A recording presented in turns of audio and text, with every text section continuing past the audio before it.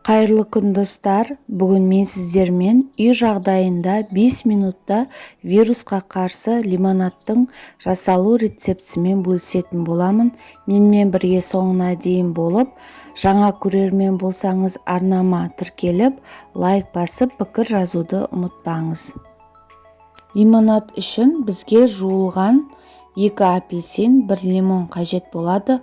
Енді осы жемістерімізді ұсақ бөлшектерге бөліп, бос ыдысқа саламыз.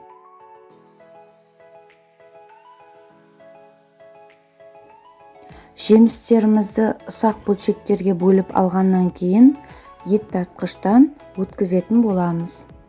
Немесе блендердің көмегімен ұсақтап алсаңыздар да болады. Мінекей менде дайын болды жемістер. Енді міндетті түрде қайнап жатқан суымыздың үстіне жемістерімізді саламыз. Жемістерімізден кейін мята қосатын боламыз.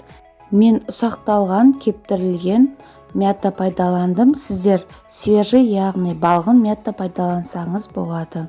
Одан кейін үстіне 200 грамм қантымызды салып, жақсылап бір араластырып, бетін жауып 5 минут қайнатамыз.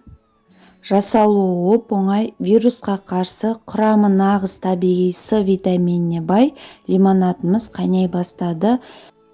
5 минут өткеннен кейін оттың астын сөндіріп, толықтай суытамыз. Лимонадты міндетті түрде сүзгіштен өткізіп алып, салқындатып іше берсеңіздер болады. Сонымен достар, вирустың алдын алып, дәл осындай мен ұсынған лимонадты жасап, өз денсаулықтарыңызды күтіңіздер. Рецепт ұнаса лүпіл басып, маған тіркеліп, пікір қалдыруды ұмытпаңыз. Сіздерге ас болсын.